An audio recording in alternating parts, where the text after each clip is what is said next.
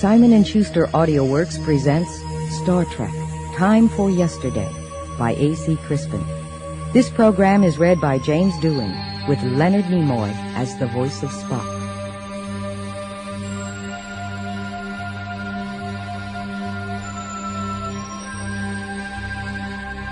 Time.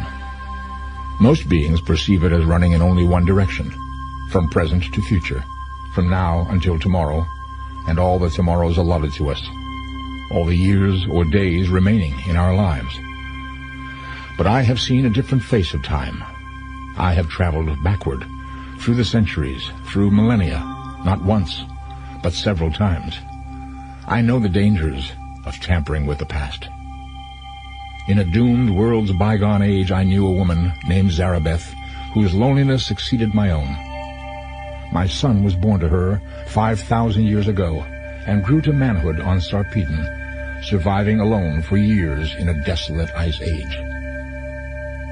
When I learned of Zar's existence, I brought him forward to my own time, but he would not stay. He, too, knew the dangers of altering the time stream, and remaining in my present would have changed his own world's past. Zar returned to the Sarpedon of 5,000 years ago. Yet it is difficult for me to think of him as dead, even though it has been nearly 15 years or 50 centuries since we parted. I think of Zar as someone still living on the other side of those millennia, not as someone who has been dust since before the time of Serac. Perhaps that is illogical, but the ties of blood can render even the most astute logic uncertain. And over the years I have discovered that, at times, there are things that transcend logic. I would not willingly admit this to Leonard McCoy, of course, but within myself, I know this to be true. Just as I know that something is very wrong with our universe. Time has been altered, its natural flow speeded up. Waves of accelerated time are moving throughout the galaxy at speeds greater than those attained by any of our Federation starships. Stars in the paths of these waves of accelerated time are dying prematurely. Achernar, Canopus, Alpha Centauri b. Entire planets have been engulfed by their stars, entirely blotted out of existence or seared into charred lumps of blackened slag. This threat to the galaxy is the worst ever faced. Worse than Beecher. Much worse. If these time waves continue, it could mean the end of our entire universe. Admiral Harry Morrow summoned me, Admiral James T. Kirk, and Dr. Leonard McCoy. We met him aboard his ship, the Cochise, under the tightest possible security, and there he told us the origin of these waves of accelerated time. The guardian of forever is malfunctioning. If the time portal is not returned to normal activity, the strain on the fabric of space-time will literally rip our universe apart.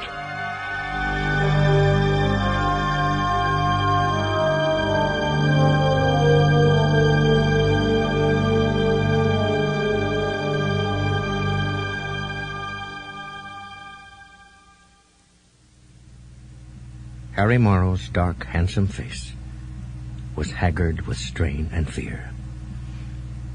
That's why I called you three here. Since the Enterprise discovered the Guardian all those years ago, I wanted your insights on a way to stop this destruction. Spock steepled his fingers. Precisely what is the Guardian doing? Those time displacement waves it gives off have changed, Mr. Spock. They're being emitted at widely varying intervals. Leonard McCoy shook his head. It's hard to believe that those waves are actually speeding up time. The Guardian can talk, you know. Have you asked it what's gone wrong? It hasn't responded to any attempts at communication for 174 solar days. We lost contact with the archaeological team and the patrolling starship 2 months ago. We're presuming the worst. Spock hesitated and then asked, Have you tried a telepath? Harry Morrow frowned, puzzled. should a telepath be able to communicate with it? Isn't it just an incredibly advanced computer? James Kirk gave the Vulcan a sharp glance. When we first discovered the Guardian, Spock studied it. He knows as much about it as anyone living. I know. I read his report. Mr. Spock, you never mentioned that you had mind-melded with the time portal. Kirk glanced at McCoy, knowing that the doctor was also remembering the person who had melded with the Guardian. It was Spock's theory that... The Vulcan raised a hand, and Kirk subsided into uneasy silence. I did not attempt telepathic contact with the Guardian, Admiral Morrow, but I saw it done. Well, since the Guardian is one of the best-kept secrets in the Federation, Mr. Spock, I must insist that you identify this individual. Admiral, the person who mentally communicated with the Guardian was my son, Zar. Your... Morrow could not mask his amazement. Mr. Spock, but your personnel records never...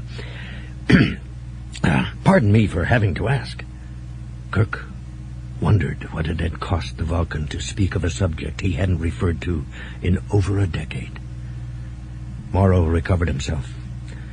Well, the important thing is that contact was established. What your son did once, he may be able to do again. You'll have to ask him to help us. A shadow crossed Spock's dark eyes. I fear such a request is impossible, Admiral.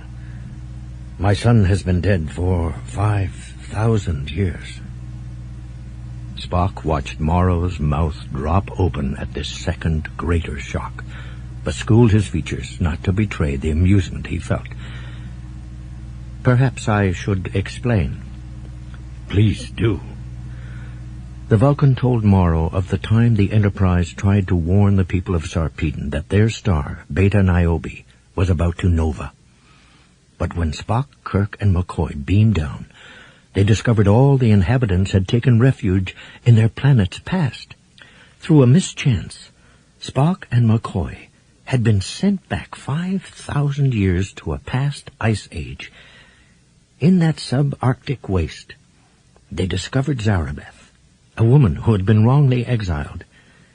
It would have been fatal for the officers to remain with her, and equally deadly for her to go back with them. They were forced to leave her behind when they returned. The Vulcan glanced at McCoy's expression. He is surprised that I can speak about what happened with such equanimity. Before Kolinar, I could not have done so. And Zarabeth was... Spock nodded. Zar's mother. And you rescued him from that ice age? Yes, though I miscalculated our jump through the Guardian slightly, and we found a man in his mid-20s instead of a child. Zar stayed aboard the Enterprise for 7 weeks and helped us avert a Romulan invasion of Gateway. But then he returned to the past because he did not want to chance creating a time paradox by staying. Spock's mouth tightened as he remembered seeing his son for the last time. But before he went, he spoke telepathically with the Guardian. Rather effortlessly, in fact. He touched it, and it obeyed his mental command without question. Morrow looked thoughtful. Too bad Zar can't help us now. I'm afraid that this time, Spock, it's going to be up to you. Spock nodded. Zar's Esper abilities far exceeded my own, Admiral, but I will do my best, sir. Morrow turned to Kirk. Can you leave for Gateway tomorrow, Jim? We don't have much time before the damage to the universe caused by all these time waves becomes irreparable. How long do we have? The physicists calculate 90 days. 90 days? Kirk stared at his commanding officer aghast, feeling his heart slam against his ribs. My God, Harry! You said it, Jim. That's why I called you 3. You're the best we have. I only hope our best is good enough this time. It has to be, Jim. It has to be.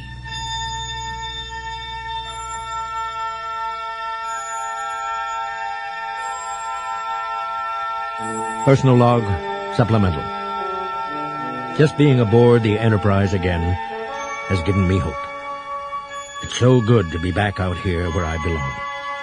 If only there was some way I could talk Harry Morrow into letting me stay in space after this mission is finished, one way or another. If we fail, I know where I want to be when it all ends. In space, aboard my ship, with my friends. Commander Sulu looked up from his board. Entering Sector 90.4 in 60 seconds, sir. Kirk saw Spock watching him, waiting for his signal. Full sensor monitoring, Mr. Spock. If we hit any of those time waves ourselves, we'll be dust before we even know what's happened. Almost immediately, Uhura called. Time wave. Bearing 436, mark 28. Evasive, Mr. Sulu. The Enterprise heeled over so fast that everything lurched, then steadied. Spock, can you give us a schematic showing those waves so Mr. Sulu can plot a course in? Difficult, Admiral. They spread out. In places, they overlap. Do your best. We can't just go on leapfrogging over them. We'll plunge into another one. Kirk watched the glowing schematic on the navigator screen. The violet lines representing the time waves coiled around Gateway's small red sphere like a nest of cobras. Finally, the helmsman turned back. Course plotted and laid in, sir. Very good, Mr. Sulu. Stand by to implement. Mr. Scott, prepare for a rough ride. Aye, Admiral. The engines won't let you down. Take us through, Mr. Sulu. The starship's powerful engine strained as the Enterprise followed Sulu's wildly looping course through the invisible menace. The helmsman made minute course corrections and changes. Kirk forgot to breathe as he watched, but finally the colored schematic yielded to the image of a small planet. Sulu looked up amazed at his shipmates. We made it! Hey, we made it!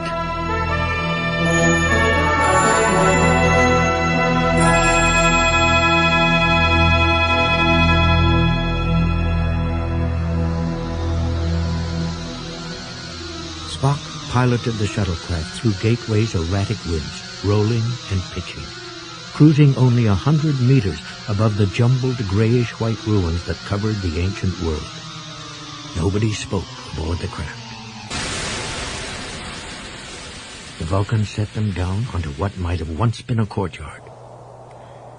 When they reached the Guardian, Spock stood before it, looking almost fragile in comparison with its enormous stone bulk. He began concentrating, focusing his entire being on picking up the mental emanations from the Guardian, trying to trace them through a vast trackless void, and he was succeeding. More confident now, Spock reached out to touch the monolith, but even as his fingers brushed the stone, he stiffened with a strangled cry, his eyes opened wide and blind, seeing, sensing, feeling agony, both physical and mental. Spock crumpled where he stood.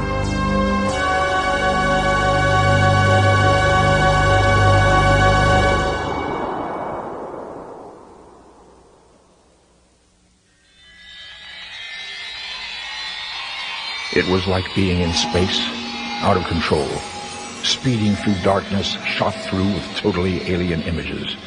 They assaulted my mind with colors, shapes, glimpses of worlds I'd never seen, all flying by without sound.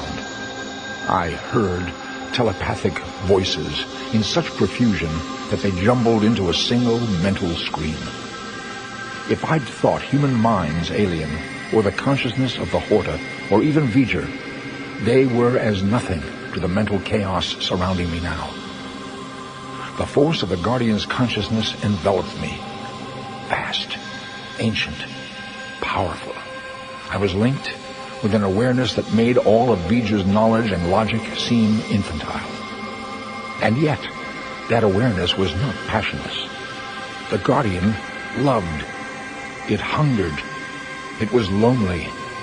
all on a level that made me feel that by comparison, I had always been the happiest of beings.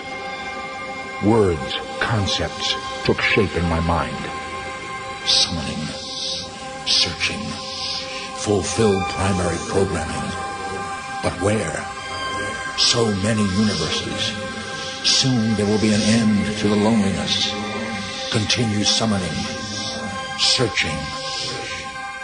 My mind, indeed my very life force, became only a fading spark in the rush of black nothingness trying to engulf me. It was as though I were a single candle trying to stand against a windstorm. With an effort that left my mind feeling wounded and bruised, I managed to pull my consciousness free from the darkness and the Guardian's summoning presence, and began the agonizing process of returning to my own body, knowing just how close to death I had come.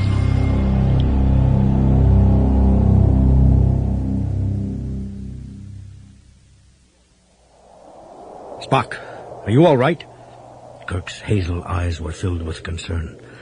The Vulcan shut his eyes, concentrating on slowing his breathing, controlling his reaction. I am... Well, he sat up. I was succeeding, but something happened.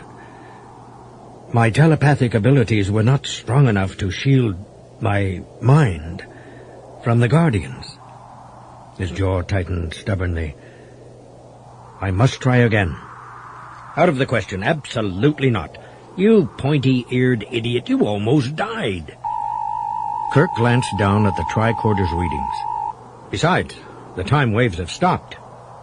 The Vulcan shook his head. Only for the moment, Admiral. I believe that my mental probe distracted the Guardian, momentarily. But it is searching for something, and it will not be diverted from its programming initiative. Soon the waves will resume. I must try again. The Admiral shook his head, but Spock could tell he was beginning to weaken. Why, Spock? What did you learn? The Guardian is preoccupied. Its attention is literally elsewhere, in another universe or dimension, searching. McCoy gave the time portal a skeptical glance. Searching for what? I do not know, Doctor. Something very important to it. Something it longs for and has missed for eons. And this preoccupation is causing the time waves? Yes. I believe that the Guardian gives off time waves much as most entities breathe. When it is aware, it controls those waves so they are not harmful. But the moment it returns its mental and physical energies to successfully completing its search, the destructive waves will resume. So, it's not being malicious, merely negligent. Spock headed purposefully for the Guardian. He heard a bitten-off exclamation from McCoy, but nobody stopped him. Spock tried harder, though he still did not dare to touch the stone entity. Faint echoes of contact tantalized him, but he could not probe deeply enough. But the Guardian must have known that contact was being attempted, because Spock received the faintest of messages. Cannot neglect secondary programming. Many such journeys are possible. Let me be your gateway. Activate secondary intelligence peripheral to reinstate temporal programming function. With a sigh of relief, Spock broke the mental link. James Kirk was gazing at him hopefully. Spock, were you able to successfully establish contact? Not a true contact, Jim. Although I was unable to establish a full mind meld with the Guardian, we now have access to someone who has done so. Kirk looked startled. You mean Zar? Spock nodded.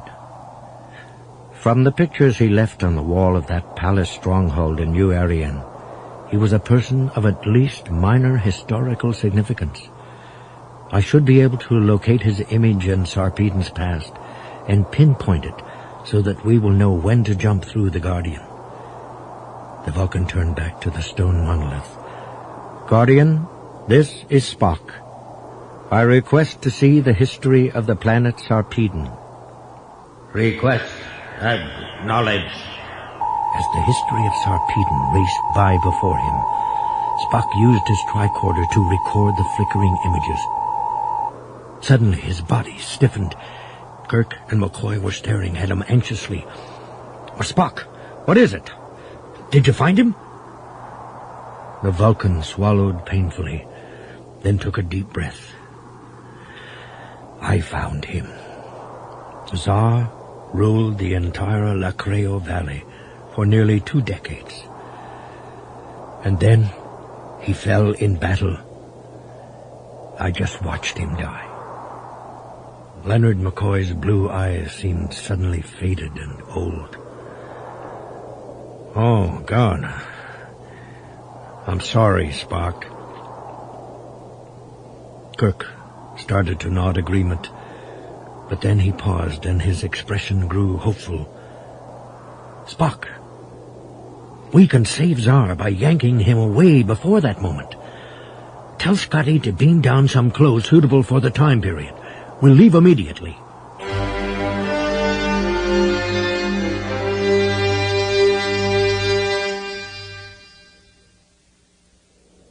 Minutes later, dressed as poor herdsmen, the 3 officers stood before the Guardian as Sarpedon's history unrolled rapidly before them. Spock watched his tricorder intently. "On my count of 3. 1, 2, 3. They jumped and found themselves falling. They landed in thick black mud. Rain spattered them. Painfully, Spock forced air back into his straining lungs. He blinked, trying to see in the twilight dimness. Suddenly, a brutal hand seized his shoulder and hauled him upright. Spock squinted at the bearded, scowling warriors who surrounded him, holding barbed lances menacingly at the officers' throats. A bronze-armored officer approached, accompanied by a hooded figure. The warriors parted respectfully to let them through. When the figure pushed back its hood, they saw that the newcomer was a woman. She was tall and held herself proudly. A gold coronal, studded with rubies, held her bronze-colored hair off her forehead. Kirk bowed, and Spock and McCoy copied him. She studied them, her pale green eyes chilly. "I am Wynn, High Priestess of the Danrig. How did you come here? Who are you?" "I am James T. Kirk, Your Highness, and this is Leonard McCoy and Mr. Spock. We came from a faraway land." Spock cleared his throat. "We are not enemies, I assure you." She eyed him coldly. "I sense hidden things here. Your words are true, but the spirit behind them is a lie. I do not like being summoned out of a war council to listen to lies." All discussion between the officers and their captors abruptly ended when 2 nearby tents burst into flames. The officer shouted orders and the warriors raced away to fight the fires. As the High Priestess turned to run, a group of riders galloped into the camp. As she stepped forward to slash at the lead rider, a loop of rope flicked out from one of the other riders, dropping over her head. Wind flailed wildly, but it jerked tight over her shoulders, pulling her off her feet. In a moment, her captor had dragged her up across his saddle. He pointed to the 3 officers. "Bring the prisoners too."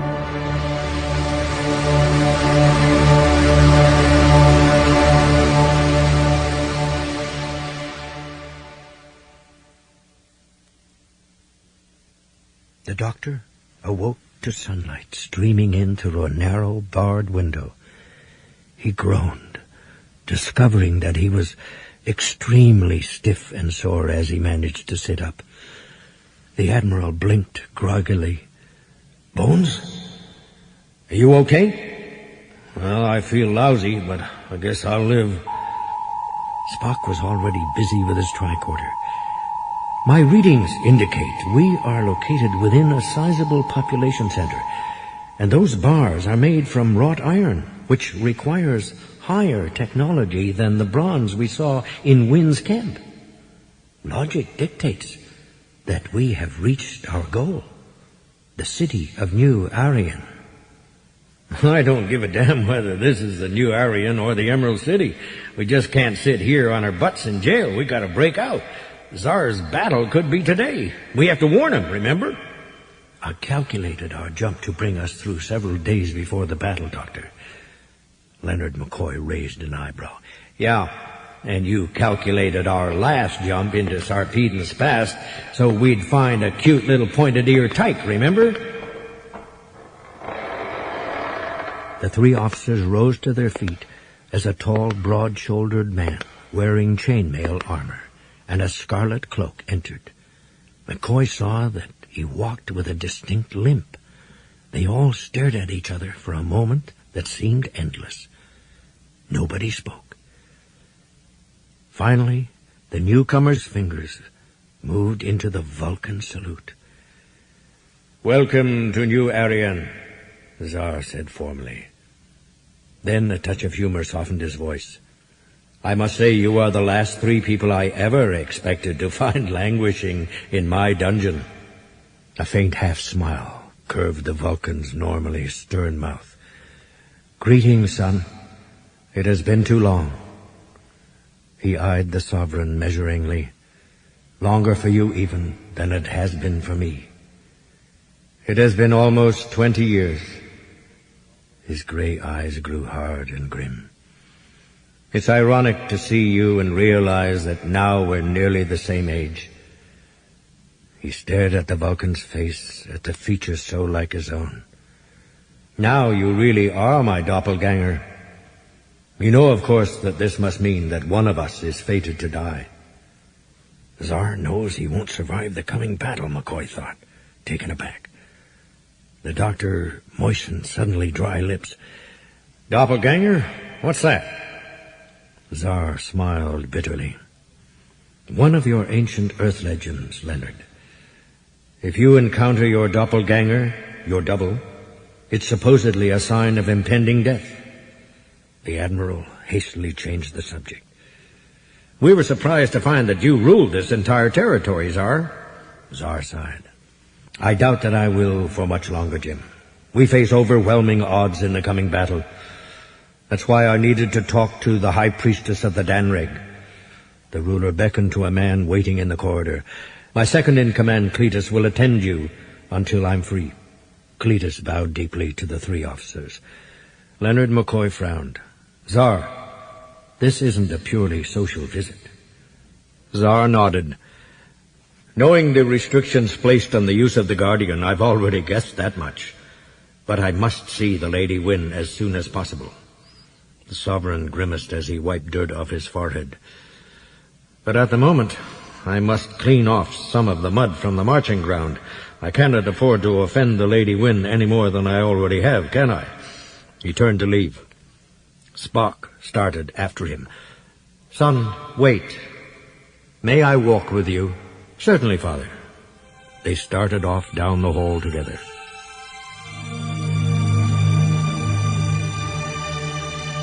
I saw the weary despair in his eyes, and I realized that Zar already knew what we had come to tell him. Somehow, my son was aware that he had only hours to live.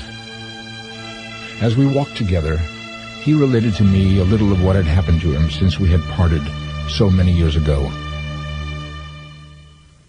His life had not been easy here in this ancient, barbaric era. The first tribesman he had encountered in ancient Sarpedon had pronounced him demon-spawned and threatened to kill him. However, by using his empathic skills to convince them of his goodwill, Zar managed to gain acceptance. Soon, he became captain of the guard for the sovereign of the Lacreo Valley, and within a year had married Tekolin's only daughter, Arion. After only a few brief months of happiness, she had died in childbirth. Zar's daughter had survived his wife by 6 hours. A year later, when Tekolin died, Zar succeeded his father-in-law as sovereign. My son began using his advanced knowledge to improve his people's living conditions, just as he'd planned. The Lacreo Valley had prospered in peace for nearly 10 years. Then, the surrounding barbarian tribes had begun raiding. Small raids at first, but now the 3 largest tribes, including the Lady Wind's Danreg, had forged an alliance and were waiting only for the floodwaters of the nearby Red Bank to subside so they could invade. Zar's forces were outnumbered nearly 4-1. I asked him how he knew of his impending death, and he told me of the Lady Wind's prophecy, pronounced to the Danreg troops just prior to our arrival and her abduction. Only if he who is halt walks healed, only if he who is death-struck in battle rises whole, can victory not be ours. Zar smiled a little, a bitter grimace of a smile, as he told me that the Lady Wind's record as an oracle was unblemished. She had never been wrong. The fatalistic shadow in Zar's eyes concerned me deeply. I could sense his weariness, his pain, almost as if they were my own. This was partially because Zar, as an empath, could sense and broadcast feelings as well as thoughts. But also, as I first discovered nearly 15 years ago on Desolate Gateway, there is a blood tie between us. In many ways, we are much alike. I told Zar that I wished him to return to my world with me, this time to stay. His duty to his people, I observed, would be equally discharged whether he fell in battle or became missing in action. Even before he spoke, I knew what his answer would be. He told me that he could not abandon his people to their fate. He reminded me of the importance of morale in battle. In his place, he told me, I would do the same. I knew that he was right, but that did not make it any easier to accept his decision.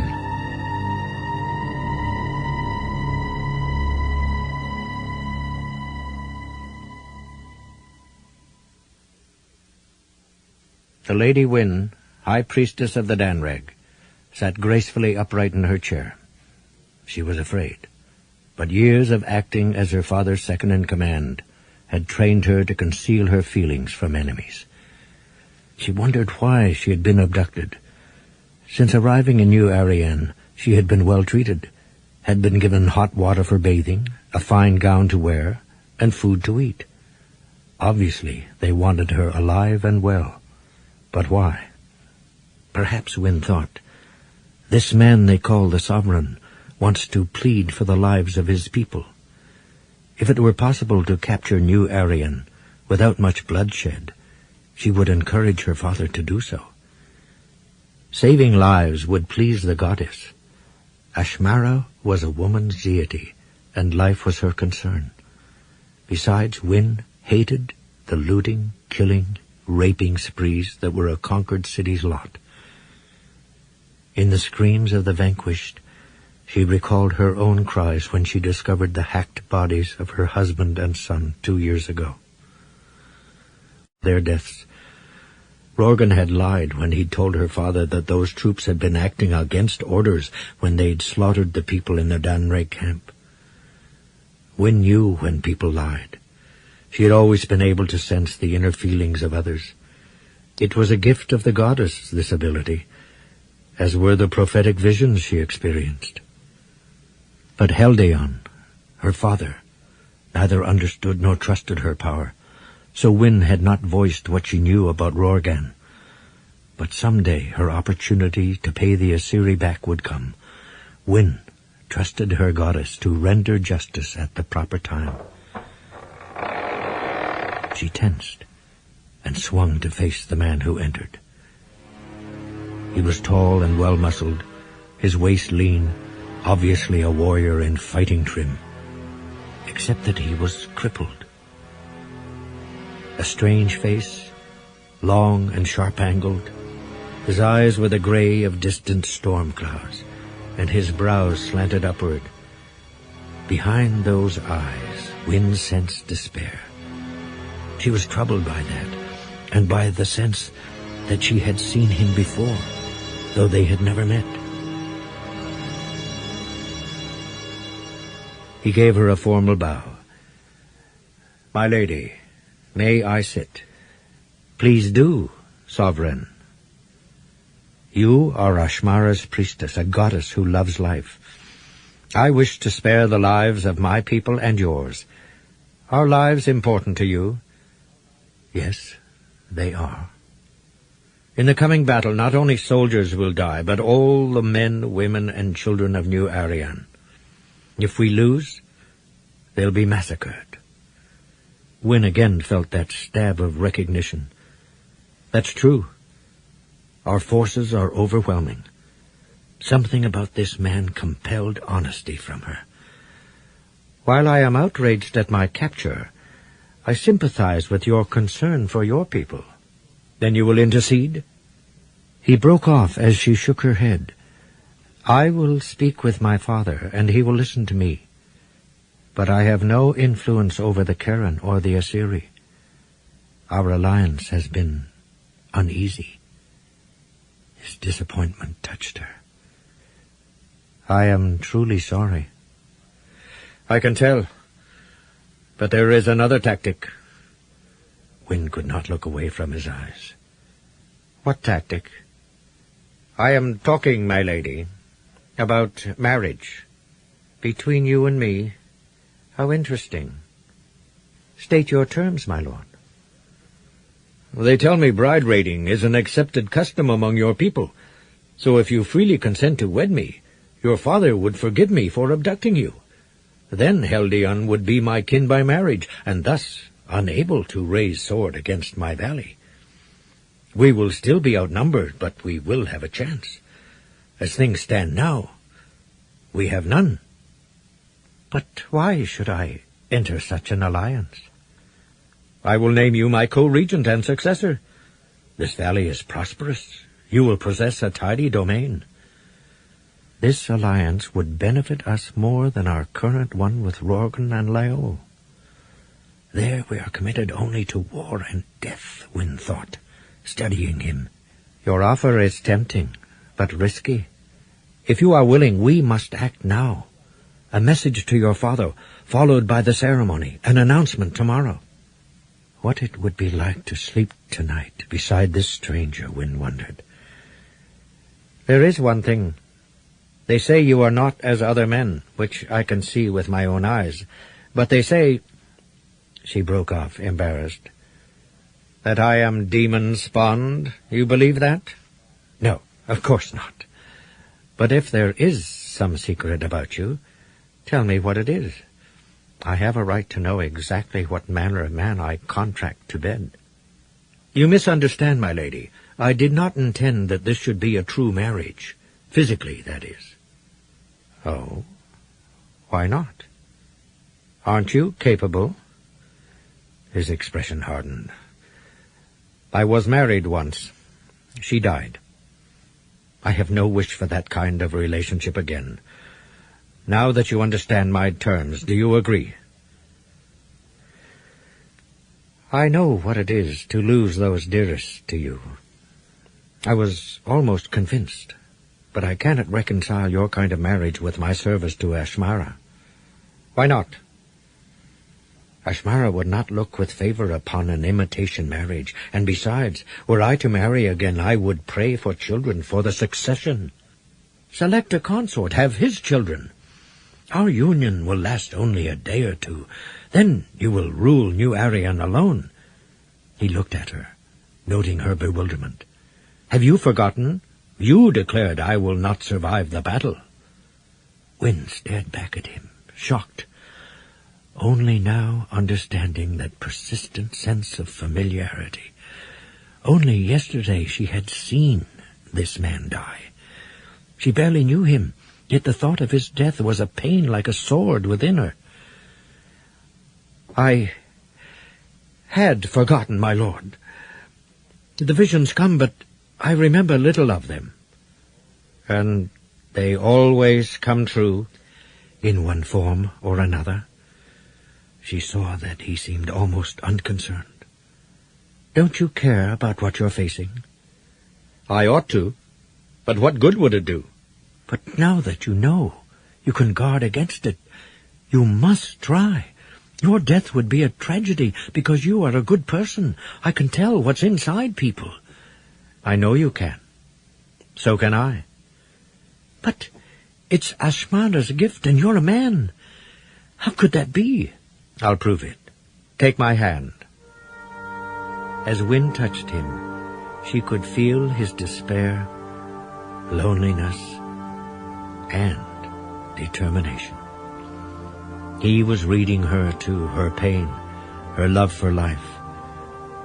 They were mirrors of one another, but his was the shadowed reflection. Fight, she thought at him fiercely. Rage. For a moment, something vital and alive flared within him. She took a deep breath. "I accept your proposal." The sovereign bowed deeply, then kissed her hand. Wynne could feel the warmth of his breath on her skin. "My lady, I thank you."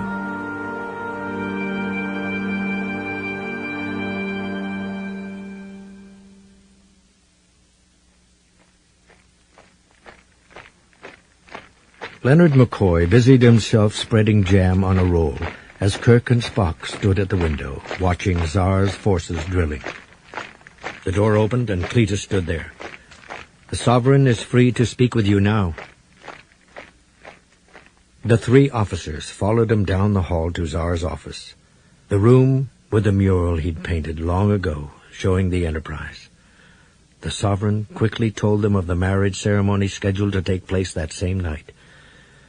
Zar sat frowning as Kirk quickly described the reason why they had come back into the past to find him. He described the Guardian's erratic behavior and Spock's failure at contact. The Vulcan nodded when the Admiral had finished. "Your Esper abilities are greater than mine, son. Perhaps you can succeed." I told you before, I have a battle to fight. Kirk took a deep breath. "Zar, there's something we know that may influence your decision. You don't survive the battle." "I know." At Kirk's surprised glance, the Vulcan nodded. "He does know, Jim. Wynne had a vision of what we saw." "Who cares how he found out, just as long as he avoids it by coming back with us?" "No, Leonard. I feel too old to change." "That's a lot of bull, and you know it." "Bones, it's Zar's decision to make." But McCoy shrugged off Kirk's grip and strode over to the Sovereign, eyes blazing. "Damn it, Zar! It takes more courage to keep living than to give in and die." He took a deep, shaking breath. "And if you don't contact the Guardian, it's going to mean our lives, the lives of all the people in the Milky Way galaxy, and eventually every galaxy." There was a long, tense silence as Zar studied the table, and the officers studied the floors. Finally, Zar spoke, though it seemed more to himself than to them. "All right, Leonard. I'll try to think of something." He stood up, his mouth tightening as his lame leg took his weight. McCoy took out his medical scanner and ran it over Zar's left thigh. "You know, son, there might be something I could do for that, if you came back with us." "You really know how to raise the stakes in this game, don't you, Doc?"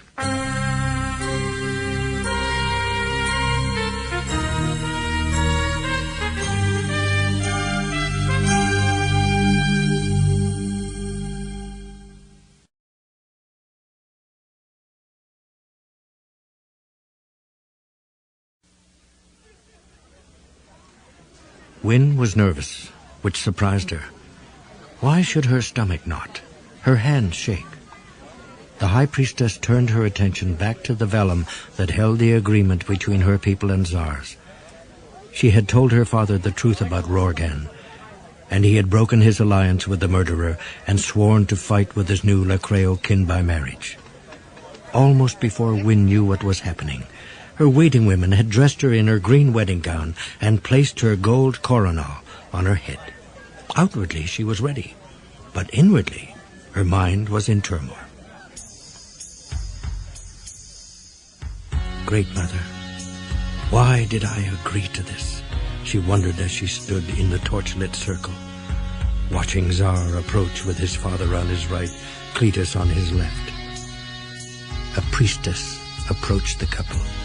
Using leather thongs dyed green, she began wrapping their arms together until Zar and Wynne stood bound, fingertip to elbow.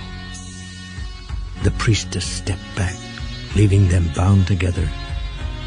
The binding is complete. They can only be separated by death. Ashmara has witnessed it.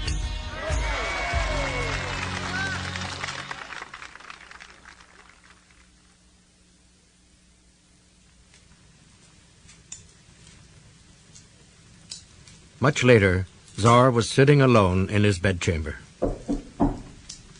Come. Spock entered and sat down across from him.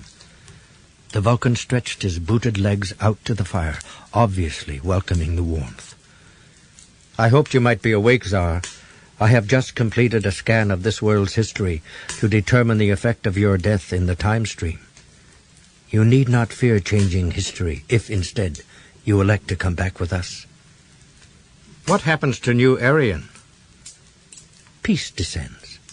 The Lacreo Valley continues to prosper. I'm glad you told me. It makes it easier. It does not have to happen. Spock's dark eyes were very serious. Zar, if you return with me, you could visit Earth, Vulcan, the explored universe. No matter how good it feels to have him show openly that he cares about me, I can't let him sway me, Zar thought. You've changed, Father. So have you, son. Yes, I have. I came back here to conquer the world, but instead, it conquered me. McCoy was right. I've become a coward. Why do you say that? I'm afraid to risk caring about anyone. You see, I've lost so many people. Arion, others, my mother. With each death, I've received a vision and a warning. I see them mentally, and I get dizzy, disoriented. Then, unless I can stop what's going to happen to them, I share death with them. It's horrible. I agree, but the alternative is to live without friendship or warmth in a sterile, joyless environment. That could be worse. Are you saying that logic isn't everything? I'm shocked, Father. I would not admit it to Leonard McCoy, but some things do transcend logic. Zar leaned forward, his momentary amusement vanishing. If that's true, you're saying that I must keep caring no matter who dies and what it does to me when it happens. You're saying I should fight to stay alive, when I have it on the best authority that I'm nothing but a corpse, just waiting to fall. He looked down, biting his lip, struggling to regain control. A hand touched Zar's shoulder gently, then was gone. He took a deep breath and looked at Spock. Just when I think I'm resigned, I realize part of me doesn't want to die. I am vastly relieved to hear that. I had feared that you were resigned past the need for striving. The thought distressed me more than I can say. Thank you for telling me that. You've given me a lot to think about. His father rose to leave. Rest well, and peacefully, my son. And he was gone. Zar sat considering Spock's words. Suddenly, he sensed someone in the room. Jumping up, He swept the heavy folds aside. "My lady wife, wouldn't you be more comfortable near the fire?" Caught, Wynne's composure was admirable. "Thank you, my lord. I am somewhat chilled." Zar led her over to the chair by the fire. "I did not mean to eavesdrop, my lord. I came to tell you that I received another sending. You must go with your father and help him. It may be your only means of saving yourself. And if you could be saved..." "Why should it matter to you?" "It matters. I'm not afraid to care what happens to others. Do you honestly think you have some monopoly on pain?" "I'll show you, and you can judge." "Very well, my lord. Show me." Zar leaned over to touch her face, and his mind surged into hers. Years passed in a heartbeat. Growing up with only Zarabeth, the loneliness, the longing for his father, his mother's death, and then his wife Arian, dead, and his infant daughter. Their deaths had shattered him. All the deaths, all the pain and loss. But then the meld became two-way, and he experienced Wynne's past, her own mother's death, finding her husband and 5-year-old son butchered in the ruins of her home. Zar realized that Wynne was right. He had no monopoly on suffering. But she had been strong enough to keep caring and not resent its price. As the meld dissolved, Zar discovered that she was in his arms, sobbing against his shoulder. He held her tightly.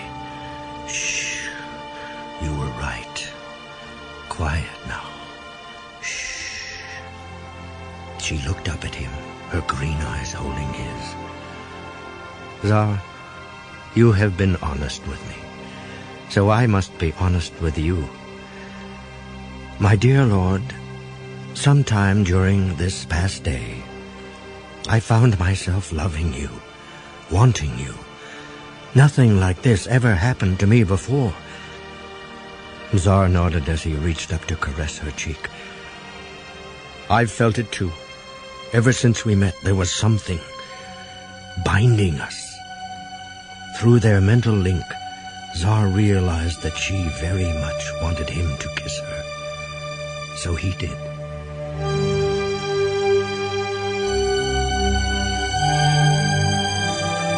Their kiss filled them both with a starving intensity that blotted out everything except the blind, instinctive need to unite, mind and body, totally. Lovemaking shook and consumed them. Passion seared away the last of Zar's death shadow, leaving only physical exhaustion. And finally, sleep.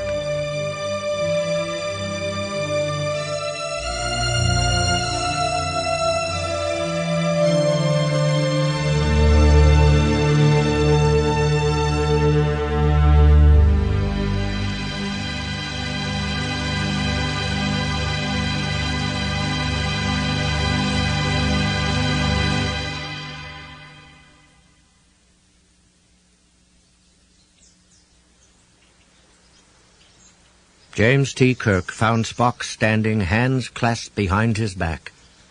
"Zar has agreed to accompany us, Spock."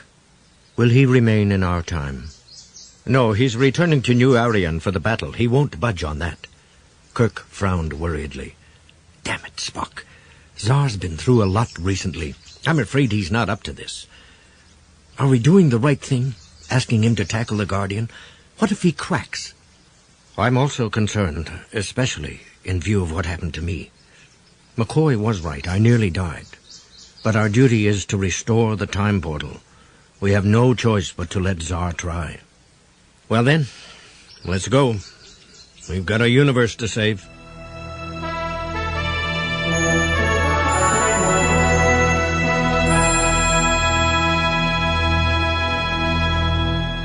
As he landed on Gateway's ashy soil, Zar's mind was overwhelmed with a terrible emptiness.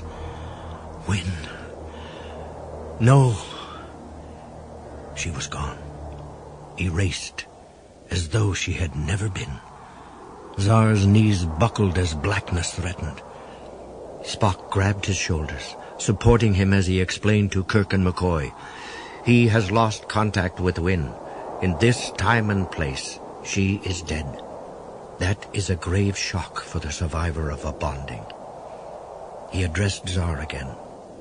Son, Wynne is not dead.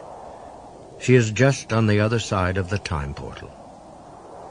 Zar straightened, somehow fighting off the effects of that echoing void in his mind. He opened his eyes. I'm all right now. I can control it. Zar moved closer to the ancient monolith, Spock by his side. It's embarrassing to admit, but I'm scared. A logical reaction. So was I. Before he could change his mind, Zar reached over and laid both his hands on the stone. He began to probe, putting all his effort into breaking through. Guardian? He projected the thought. He noted with alarm that the pulses were steadily fading. Guardian, you are losing the link to your physical existence. Come with me before you are lost. Zar caught only fragments of the Guardian's thought processes, but it was accepting his offer. He headed back. Immediately he knew he was in trouble. The energy he had expended to reach the Guardian had left him with little in reserve. His own mind-body link was weak and fading. Suddenly, the strength was there. Not his own energy, but another's. As he drew on that other power, he recognized it was Spock's. He began moving again, and the Guardian was still following him. The surrounding darkness grew lighter, and then he was back. Zar felt stone against his hands and Vulcan fingers against his temple. Zar started to thank Spock for rescuing him. Just as the universe around them exploded into a million insane pieces. I'm going mad, was the Sovereign's first thought as he lurched back, trying to hide from the searing barrage of color erupting from the time portal. Zar staggered forward and made a grab for his father's arm. He thrust Spock into the shelter of a crumbling wall. The assault began invading his mind. The Sovereign struggled to remain conscious, but it was like being awake in an unending nightmare.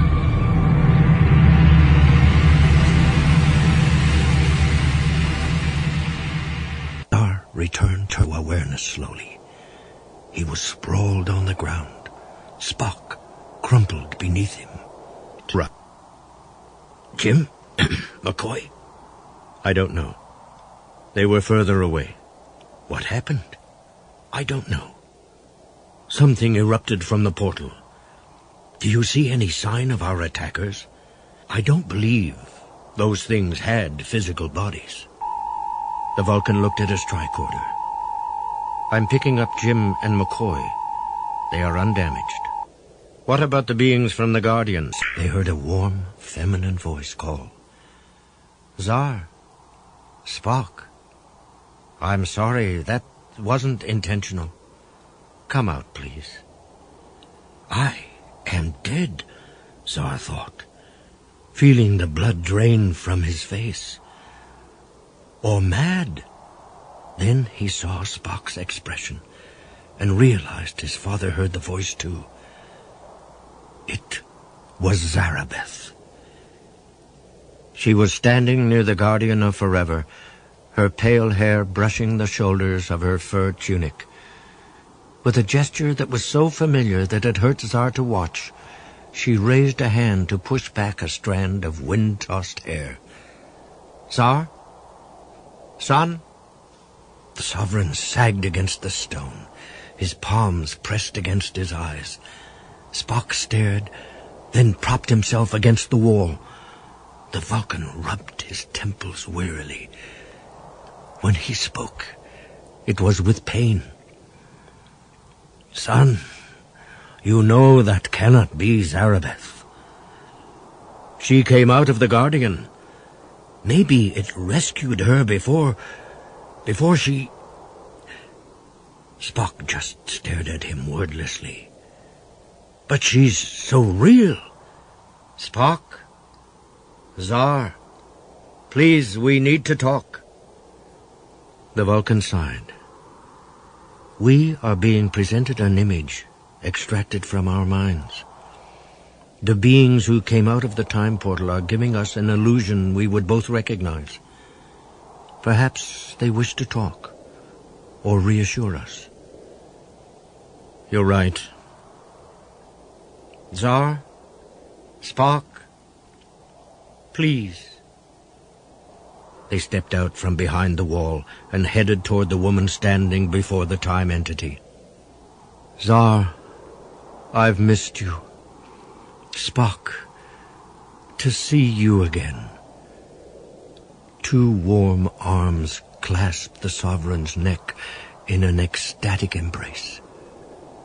Zar saw Jim Kirk and Leonard McCoy walk over to join the Vulcan. All of them looked as astonished as he felt. The Sovereign permitted himself a hug. Then he kissed the being's cheek gently and stepped back. I never got to say farewell to my mother, but now I feel I have. Thank you. Now, please, who are you? I am not an I, strictly speaking, but suppose I say I, all right? I created this world, including the Guardian of Forever. Kirk looked taken aback. Why did you create the Guardian, and when? The being looked around vaguely. Well, we made the Guardian because this universe had gotten so small. There were more of us then. But I can't tell you when. It's been too long. We used it to journey in time, but then we decided to sample other dimensions. And now you've returned to this universe? Kirk gave Spock an uneasy glance.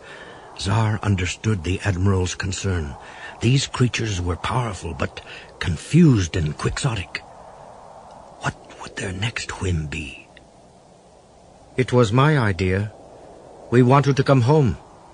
But it's been so long, we've forgotten what our natural forms are. Spock stepped forward. How many of you are there? What are you called? 3. Only 3 of us are left. It's been too long. The Guardian of Forever suddenly spoke. I call them the originators. I regret having neglected my duties in this continuum, Admiral Kirk. I am functioning normally again. McCoy sighed. Well, thank heaven for small miracles.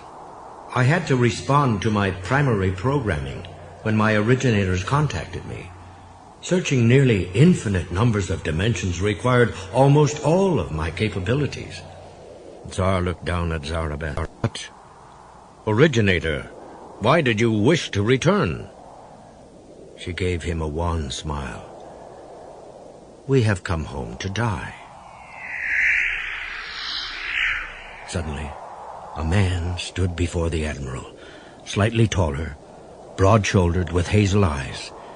He had an impish grin Jim remembered all too well from their shared escapades as children. Sam! The image of Kirk's dead brother hesitated. The truth is, Jim, we're tired. Winding down. We want to find our planet of origin again. We can't remember it, but we will when we find it, if we have to search for a millennium. Leonard McCoy looked extremely uneasy. Would you really search for 1,000 years? Sam nodded. If necessary. It would be easier if you agreed to assist us. Kirk's eyes narrowed. Assist you with what? Zarabeth blinked vapidly. Yes, with what? Expending the energy necessary for travel would greatly shorten our remaining time. Zar had no difficulty sensing the Admiral's shocked anger. He didn't blame Jim. The originators were talking about commandeering the Enterprise to take them on their insane search for a world that might not even exist. Kirk shook his head stubbornly. Now, just a minute. My ship is on a mission. Sam gave him a searching look. You may have no choice, Admiral. My comrades can be persuasive. Jim. Zar touched the Admiral's elbow. There is one originator we haven't seen yet, but I'm picking up its mental emanations. The creature is completely mad. Mad and vicious. We can't turn these aliens loose to wreak havoc on an unsuspecting universe. Kirk confronted the image of his brother squarely. Originator, I don't think you comprehend the ramifications of your return on this universe. More than 1,000 beings have already died because the Guardian was searching for you. Your people pose a grave threat to this continuum. The Guardian of Forever suddenly spoke in Zar's mind. People have died because I was obeying my primary programming. The ancient time entity's thought was full of grief and remorse. Admiral Kirk spoke the truth, Zar silently returned. but we understand that you could not act against your own programming. Sam's image glanced at the others. We are all sorry to hear about these deaths, but what has happened has happened. Why should our continued presence be harmful? Kirk sighed. Because of your power. Absolute power corrupts absolutely. Can you be sure the others will not cause tragedy before you can stop them? Zarabeth looked from Zar to Spock. The Admiral is right. We would endanger this continuum and the beings inhabiting it. As Zar watched, the originators winked out, and the air was again filled with a barrage of color, sound, taste, and feeling. Then all the shapes coalesced, merging into one entity. Zar frowned and closed his eyes and felt a brush of skewed, warped thinking, of intense psychotic paranoia. Something's going wrong. They're not leaving. I can feel them. Feel that one of them is preventing the others from going. The air in front of Zar swirled, and suddenly the image of Arian, his dead wife, stood before him. You are not real, Zar told her, trying to ignore the way her fluffy dark hair brushed her slight shoulders, and her beautiful dark eyes held his. Then she snarled at him, her face twisting with an expression the real Arian's face had never held. Oh, yes. Then perhaps you'd rather see the reality, Sovereign.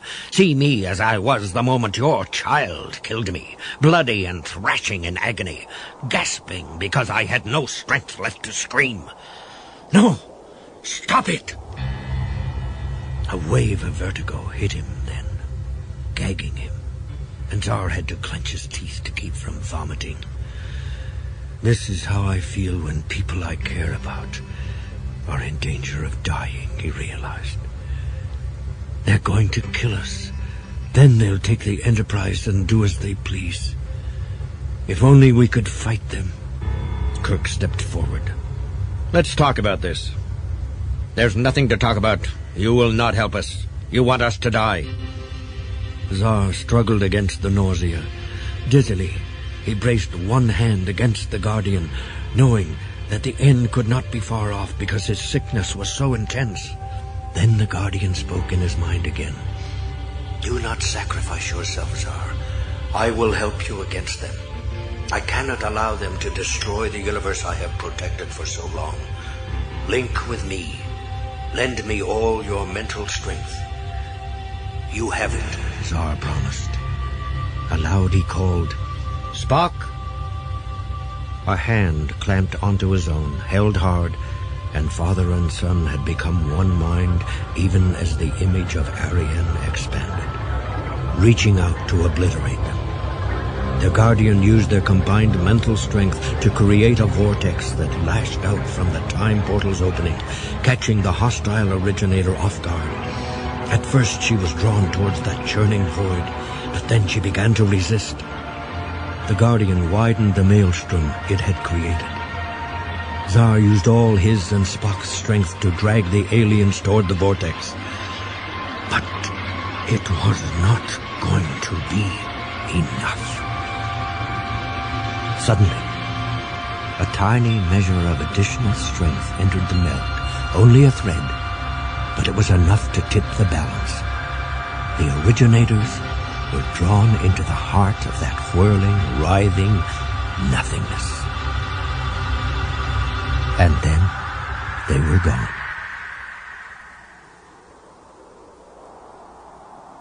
The Guardian spoke aloud. They will never find their way back. Please accept my gratitude. All of you who helped me realize where my duty lay. One of them left you a message. It spoke in the voice of Sam Kirk. We leave you to your own destiny. Farewell, children.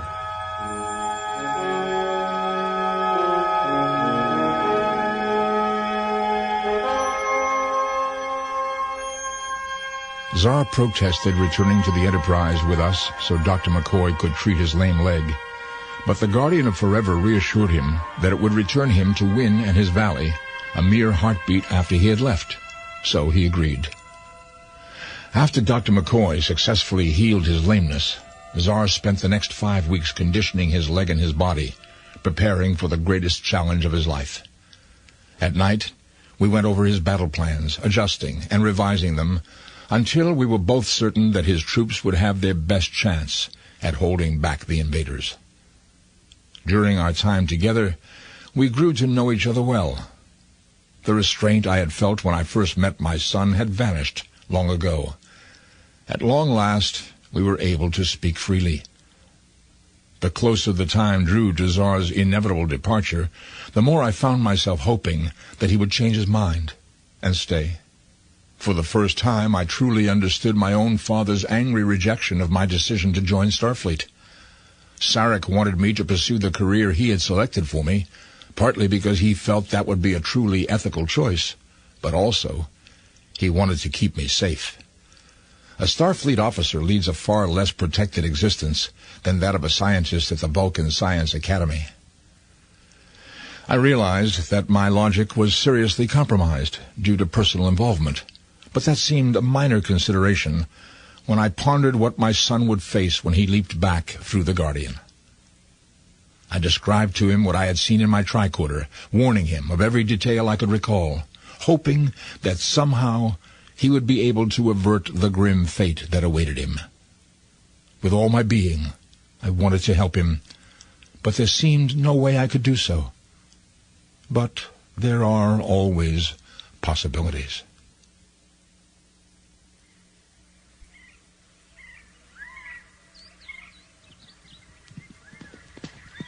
Zar stood on Moorgate Plain, a large, rolling expanse of turf that sloped toward the Red Bank.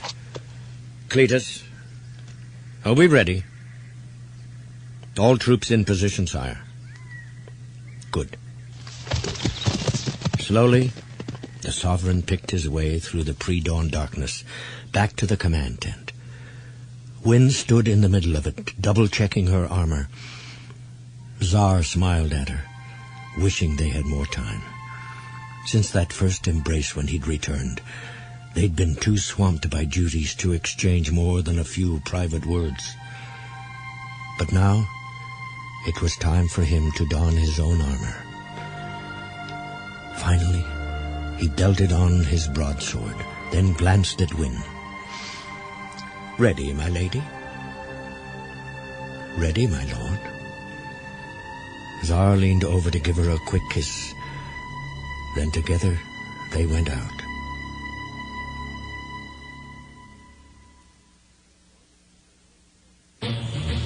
Rorgan and Leol's forces began their attack about an hour after dawn. At first the Lacreo lines held firm, but then Rorgan's archers took deadly toll, and moments later the Asiri warriors were pouring through.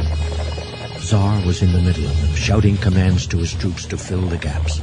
all the while slashing at shoulders and throats as his battle-trained mount leaped and charged. A lance struck him on the side, but it was deflected by his nail. Then he caught another on his shield. Suddenly Zar's mount stumbled and fell, but the Sovereign leapt clear. He fought on, grimly.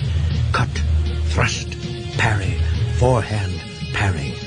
Zar realized that he was being forced to retreat up a steep slope. He was panting hard, but his arm still moved with sure precision. All at once, there was no opponent left standing before him. The Sovereign glanced around, puzzled, seeing that the Assyri warriors had drawn back into a rough circle. As he gasped, trying to catch his breath, Zar saw a big man, as tall as he and heavier built, step out of the circle. The man carried his sword in his left hand. Where his right should have been was a round ball studded with vicious spikes. Rorgan Death Hand, Zar realized. The killer of Win's husband and child. The Assyri leader's bronze sword hissed through the air. The Sovereign leaped back, parrying the blow on his shield. Rorgan's arms bulged as he forced Zar's shield down. With a shout, the Sovereign brought his foot down hard on his opponent's. Then, as Rorgan yelped, he leaped away. Zar backed away, circling, his eyes never leaving his opponent's.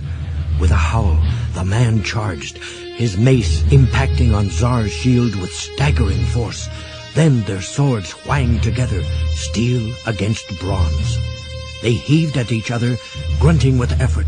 Finally, Zar hooked his heel behind Rorgan's and jerked upward. The Assyri went over on his back, rolled, then came up fast with blades swinging. The Sovereign took the blow on his right shoulder, but the impact staggered him and he nearly fell. Then the mace slammed into his side, sending him to his knees.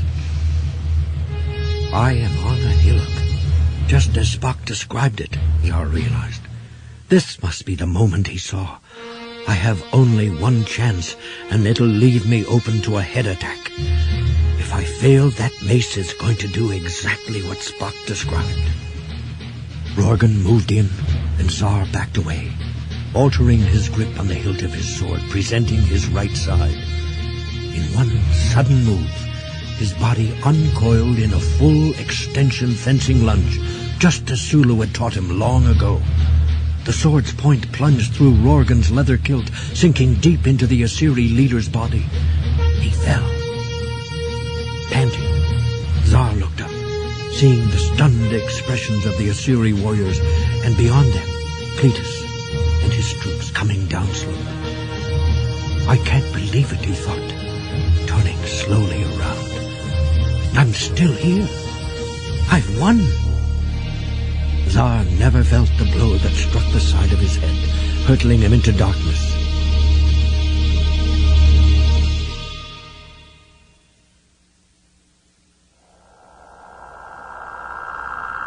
Spock materialized on a rocky slope, glanced around, then gave a short, satisfied nod.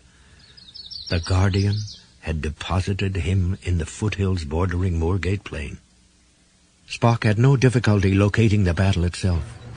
Unwrapping the whip-like enwound from around his waist, Spock raced toward the hillock.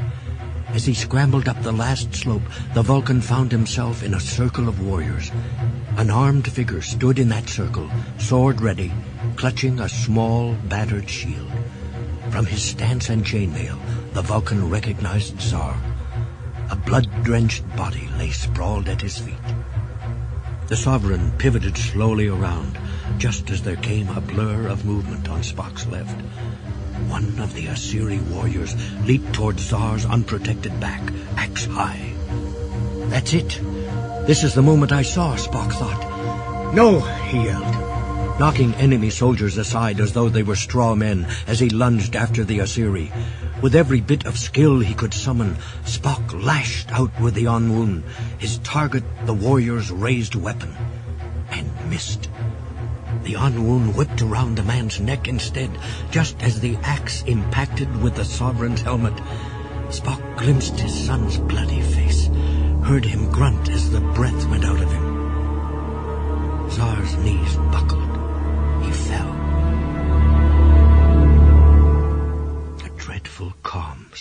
over Spock. I've failed to come this close and fail. He dropped to his knees beside his son's still body, then gently rolled him over onto his back. The Sovereign's face was a gory, greenish mask, blood trickling from his nose in a thin, steady stream.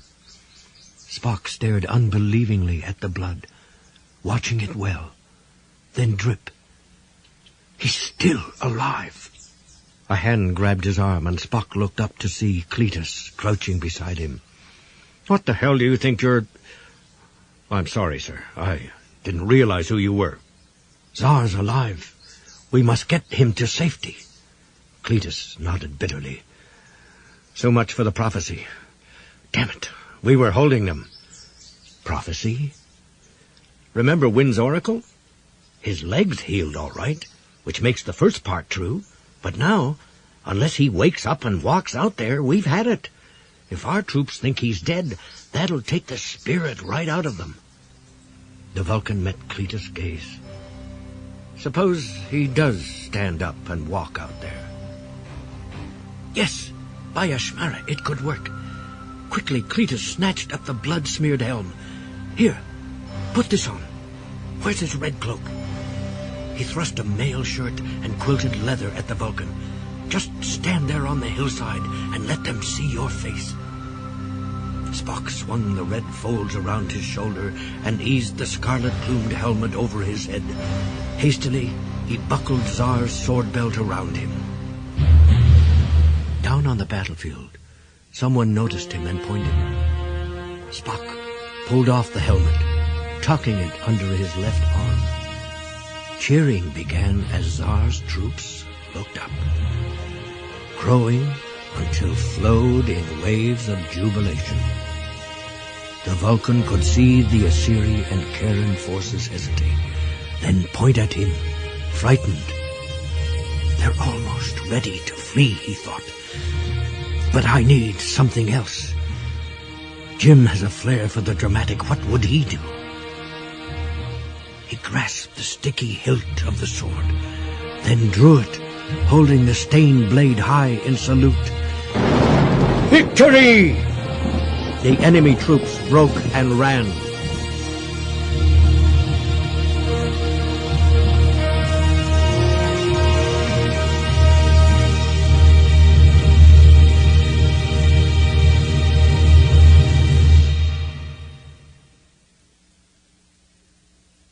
Gently, Wynn helped Spock and Cletus lower Zar's body onto the bed.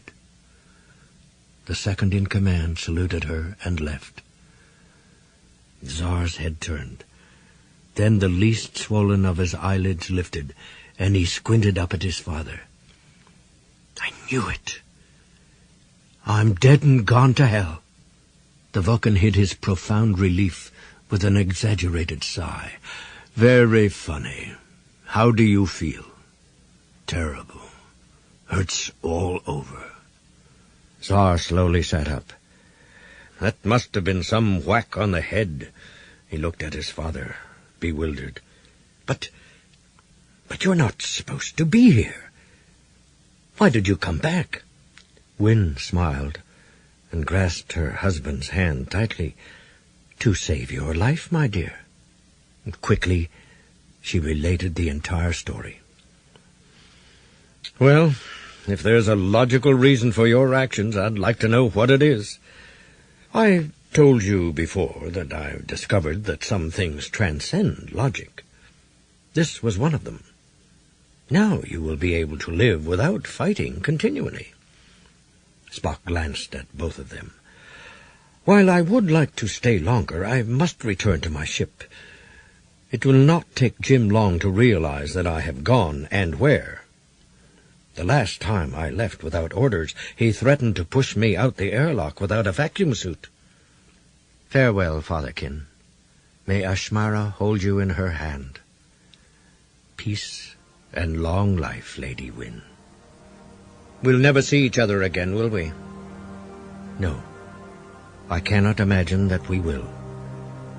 I regret that. Farewell, son. peace and long life. Farewell, Father. Live long and prosper. Spock did not look back as he felt the Guardian's time displacement ceasing.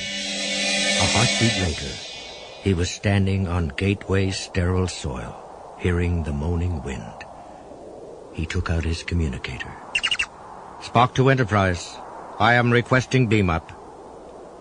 Spock, are you all right? I will be, Jim. The Vulcan looked back at the Guardian, envisioning Zar's face, Wynn beside him, knowing he was no longer alone. Goodbye, my son. The transporter beam caught him. Then Spock was gone.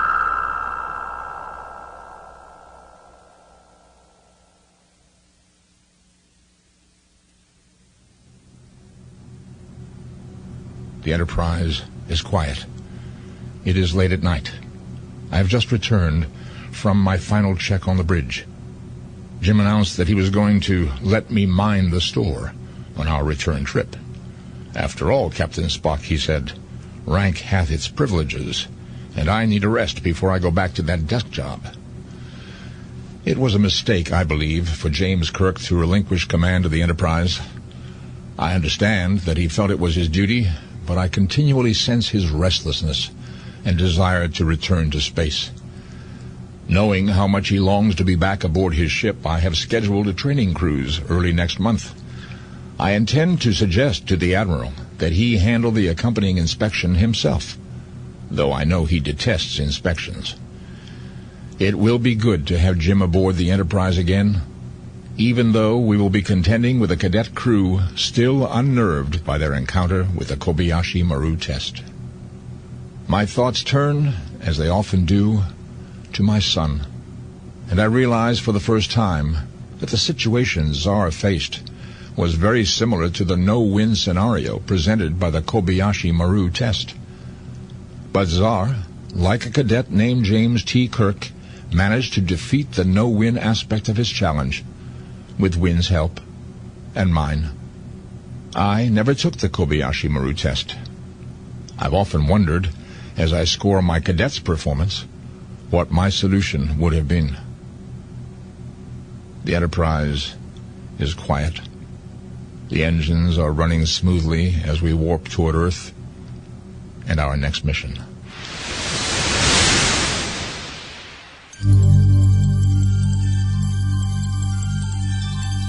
Time for Yesterday was written and abridged by A.C. Crispin and read by James Doohan, with Leonard Nimoy as the voice of Spock. Mix engineering, sound design, and sound effects were by Gary Fink. Original music was created by Sam McCalley and Carl Schurz. Theme music from the Star Trek television series, composed by Alexander Courage and Gene Roddenberry, was used courtesy of Bruin Music. Production coordinator was Linda Ross. Time for Yesterday was directed by Lynn Cruz and produced by Susan Perrin. This program is a Simon & Schuster AudioWorks production. If you enjoyed this exciting Star Trek audio, then you'll be thrilled by the more than 37 Star Trek novels and invaluable guidebooks available from Pocketbooks, such as Time Trap, Strangers from the Sky, The 3-Minute Universe, Star Trek, The Next Generation, the Star Trek Compendium, and the Star Trek Interview Book. All of these incredible books are available at your local bookstores today. And remember, there's a brand new Star Trek novel every other month. Look for more Simon & Schuster audio productions in your local bookstore or record store. And to order by mail, use the enclosed postpaid card or call our toll-free number 1-800-678-2677.